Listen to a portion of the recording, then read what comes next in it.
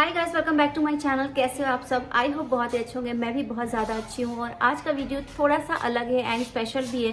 तो आज मैं आप सबके साथ अपनी थोड़ी सी जर्नी शेयर करूँगी, दोनों बच्चों की कैसी रही मेरी प्रेगनेंसी की, स्पेशली जर्नी, प्रेगनेंसी, डिलीवरी, सारी चीज़ें कैसी रही। और ये वीडियो एक रिक्वेस्टेड वीडियो है। वन ऑफ मेरी सब्सक्राइबर फ्रेंड ने ये रिक्वेस्ट किया था वीडियो के लिए और भी मेरे कुछ जो सब्सक्राइबर्स हैं वो करते हैं। पिछला जो मेरा प्रेगनेंसी का उन सब पे ये सारे कमेंट करते रहते हैं। इससे रिलेटेड बहुत सारे डाउट उनके मन में अभी भी वो पूछते रहते हैं।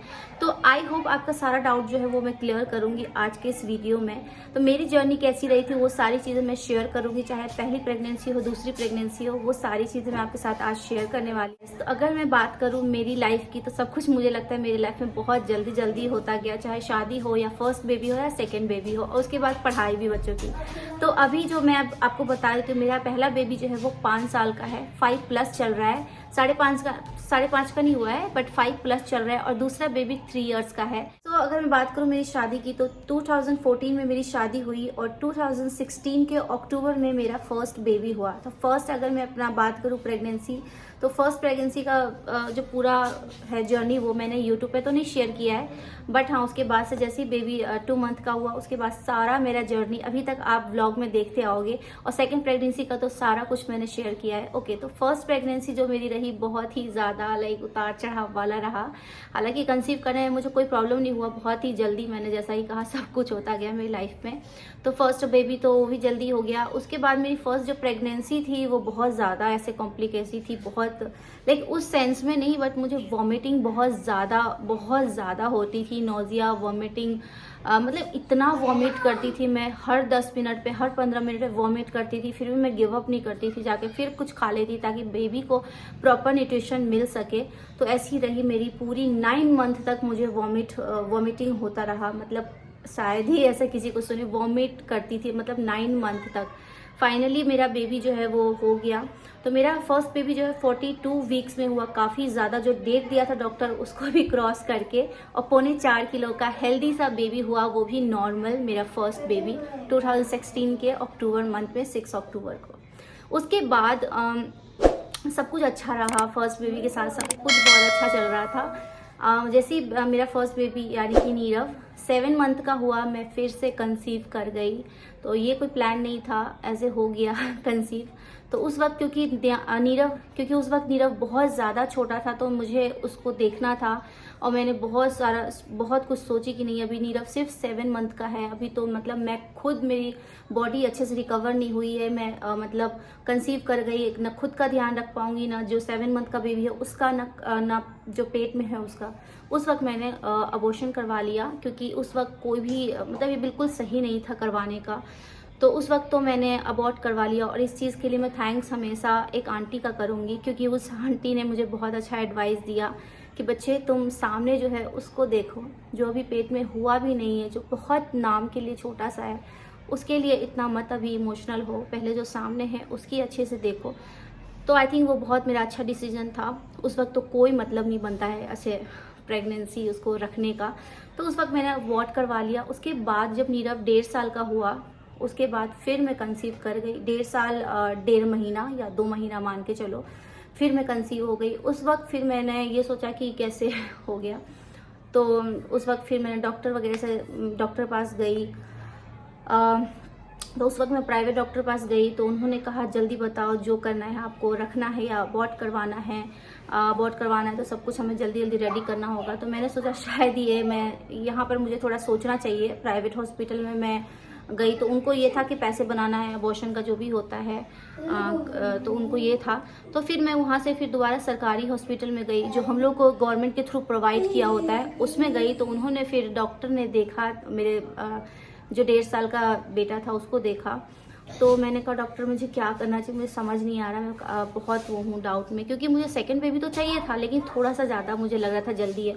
बट डॉक्टर ने जब नीरव को देखा, 1.5 साल 1.5 महीने 2 महीने का था, तो उन्होंने कहा ये बेबी बिल्कुल सही है, काफ़ी समझदार लग रहा है। हालांकि इतना था नहीं, बहुत परेशान करता था मेरी, मतलब मैं क्या बताऊँ मेरी सेकंड प्रेगनेंसी की जर्नी कैसी रही। अकेले ही सब कुछ मैंने किया, मतलब बताऊँगी धीरे धीरे।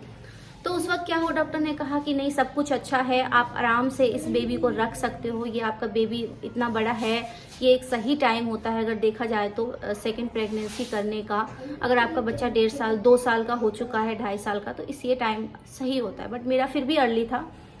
फिर मैं घर पे आई, घर पे मैं बहुत कंफ्यूज, बहुत ज़्यादा, क्योंकि इतना जल्दी भी मुझे बेबी नहीं करना था, बहुत ज़्यादा जल्दी था। लाइक पहला बेबी 1.5 साल 2 महीने क्या होता है, कुछ भी नहीं होता है। उसने अभी स्कूल भी नहीं, प्ले स्कूल भी नहीं गया, अभी पॉटी ट्रेन भी नहीं हुआ है, खाना भी खुद से नहीं खा रहा है, तो बहुत ज़्यादा जल्दी था। मैंने सोचा क्या करूँ क्या करूँ।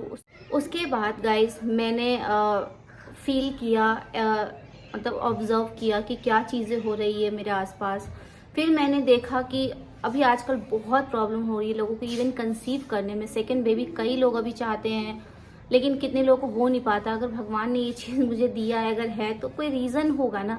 भगवान अगर आपको माँ बनाया है तो आई थिंक आप बहुत ज़्यादा लकी हो। ये चीज़ हर किसी को ज़रूरी नहीं मिलता है। तो मैंने फिर वहाँ पर थोड़ा सा मैं दिमाग लगाई, क्योंकि इससे पहले भी मैं अबॉर्ट करवा चुकी हूँ। बार बार अबॉर्ट करवाना हमारे हेल्थ के लिए भी सही नहीं है, और सेकेंड बेबी तो मुझे चाहिए ही था। उसके बाद गाइज मैंने अपने किसी रिलेटिव में ही ऐसा देखा जिसका अभी सेकेंड बेबी के लिए वो सोच रहे हैं, बट काफ़ी ट्रीटमेंट करवा ली, लेकिन फिर भी सेकेंड बेबी हो नहीं रहे। एंड अभी वो कितना परेशान है। आई थिंक फर्स्ट उनका बेटी है, आई थिंक अभी 9-10 साल की बेटी है, और अभी वो चाहते हैं कि सेकेंड प्रेगनेंसी करें, काफ़ी टाइम से चाह रहे हैं इनफैक्ट, पर उनका हो नहीं रहा है। वो सारी चीज़ें मैंने ध्यान में देखा, वो सारी चीज़ें, क्योंकि बिल्कुल कोई क्लोज है जो ऐसा भी कर रहे हैं, पर उनको हो नहीं रहा है। तो फिर मैंने सोचा कि आई थिंक मुझे ऐसा नहीं करना चाहिए। अगर मुझे हो रहा है, अगर ये सब आसानी से हो रहा है और बच्चा अगर है, तो मुझे आई थिंक इस बेबी को रख लेना चाहिए। उसके बाद नेक्स्ट डे ही मैंने किसी का व्लॉग देखा जिसको मैं पहले से ही देख रही थी। उनके चैनल का नाम मैं यहाँ पर स्क्रीन पर डाल दूँगी। वो एक फॉरेनर यूट्यूबर। सो गाइज मैं इस वीडियो के यहाँ पर कहीं पे डाल दूँगी उनका वीडियो का छोटा सा क्लिप। तो अभी मेरा उनका चैनल का नाम याद नहीं आ रहा, बट उन्होंने अभी लास्ट 1-1.5 साल से आई थिंक नाम चेंज किया है चैनल का। पहले मैं देखती थी काफ़ी ज़्यादा उनका व्लॉग, अभी भी देखती हूँ, बट पहले मैं एडिक्टेड थी। तो उस टाइम पर जो चीज़ मुझे सेकंड बहुत हेल्प किया, तो फर्स्ट तो ये कि मेरे किसी अपने बिल्कुल क्लोज रिलेटिव में उनका नहीं हो रहा था, तो उनको देखकर मुझे ये चीज़ फील हुआ, नहीं ऐसा मुझे नहीं करना चाहिए। मुझे जब सेकंड बेबी चाहिए तो नहीं, अब मुझे आई थिंक ये रख लेना चाहिए बेबी। ऐसा ना बाद में चाहूँ तो ऐसा प्रॉब्लम हो कंसीव करने में। तो सेकंड जो मुझे चीज़ मोटिवेट करी सेकंड प्रेगनेंसी के लिए, सेकंड चीज़ वो ये था कि एक यूट्यूबर है, वो फॉरेनर है, फॉरेनर यूट्यूबर है, वो इंडिया में नहीं रहती, फॉरेन में रहती है। तो उनके अभी फ़िलहाल 4 बच्चे हैं, एंड उसका बेबी भी बहुत जल्दी हो गया। जैसे कि फर्स्ट बेबी आई थिंक उसका 7 मंथ का या 9 मंथ का होगा, वो सेकंड फिर से वो प्रेग्नेंट हो गई। और फर्स्ट बेबी आई थिंक पता नहीं 1 साल कुछ का ही होगा, तो सेकंड बेबी भी उसका हो गया। और थर्ड बेबी फिर से उन्होंने किया जब आई थिंक थर्ड वो कंसीव करी जब आई थिंक उसका बेबी जो दूसरा बेबी था वो आई थिंक 1 साल का ही था, और जो पहला बेबी था वो 2 साल कुछ का था। लाइक इस तरीके का था। मैं मतलब शायद समझा नहीं पा रही ढंग से, काफ़ी पहले की बात है, मुझे मतलब थोड़ा बहुत मैं इसमें एज में गलत बता सकती हूँ, बट ऐसे ही था जो मेरा। और जैसे कि मेरा बेबी में गैप है कि पहला बेबी मेरा 1.5 साल कुछ महीने का था, उसका भी 1 साल कुछ का ही था, और तीसरा बेबी वो कर रही है। मैं ये सोची कि मैं इतना क्यों डर रही हूँ, मेरा फर्स्ट बेबी ही अभी हुआ है और सेकेंड बेबी ही तो मैं कर रही हूँ। उसका तो देखो 2 छोटे बच्चे हैं, फिर वो तीसरा कर रही है, और जो दूसरा बच्चा है वो तो सिर्फ अभी 1 साल का ही है। मेरा तो फिर भी 1.5 साल से थोड़ा ज़्यादा है, तो मैं तो कर ही सकती हूँ। उसके बेबी भी तो अगर वो भी तो इंसान है, फॉरेनर है तो क्या हुआ, उनके तो कोई ऐसा 2 सींग नहीं लगे हुए हैं, उनके भी 2 हाथ 2 पैर, उनके अंदर भी एनर्जी उतनी होती है जितनी हमारे अंदर होती है। थोड़ी बहुत लाइफस्टाइल का फ़र्क हो सकता है, लेकिन इंसान तो सब सेम ही है। जब वो कर सकती तो मैं क्यों नहीं कर सकती हूँ, मैं भी कर सकती हूँ। भगवान ने मुझे माँ बनाया है ना, तो मेरे अंदर इतनी शक्ति भगवान ने ज़रूर दिया है। तो मैंने ये कहा कि नहीं, अब मुझे भी करना है ये बेबी। तो बस उसी के साथ उसका देखकर जर्नी मेरी स्टार्ट हो गई, और पूरे प्रेगनेंसी मेरी उनका वीडियो देख कर मोटिवेट होती रही, खुद भी डालती रही व्लॉग्स वगैरह। आप देख सकते हो मेरे यूट्यूब पे पहले वाले व्लॉग, उनका भी देख के मोटिवेट हो गई। एंड आपको मतलब यकीन नहीं होगा, जो भी रेसिपीज़ पहले भी जो अपने बच्चों को खिलाती थी, तो मैं फर्स्ट बेबी का जो खाना वगैरह था सब कुछ उनसे ही सीख कर अपने बच्चे को दिया। क्योंकि उस वक्त 2016 में आई थिंक, हाँ, उतना ज़्यादा यूट्यूब पे बहुत ज़्यादा रेसिपीज़ आपको नहीं मिलते थे। यूट्यूब पे जब मेरा फर्स्ट बेबी हुआ था तो 2016 में बहुत ज़्यादा वैरायटीज़ नहीं दिखते थे।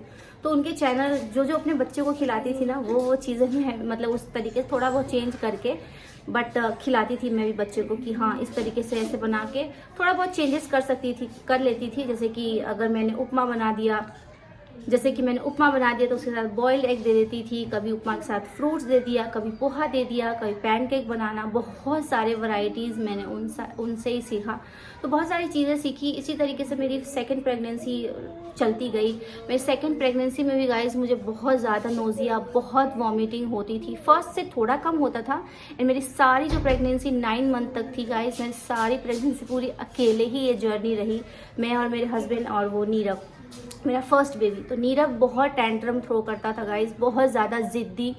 मुझे सारा काम घर का छोड़ कर उसको लेकर पार्क में जाना पड़ता था, 2-2 घंटे उसके साथ मेरा बैठना पड़ता था।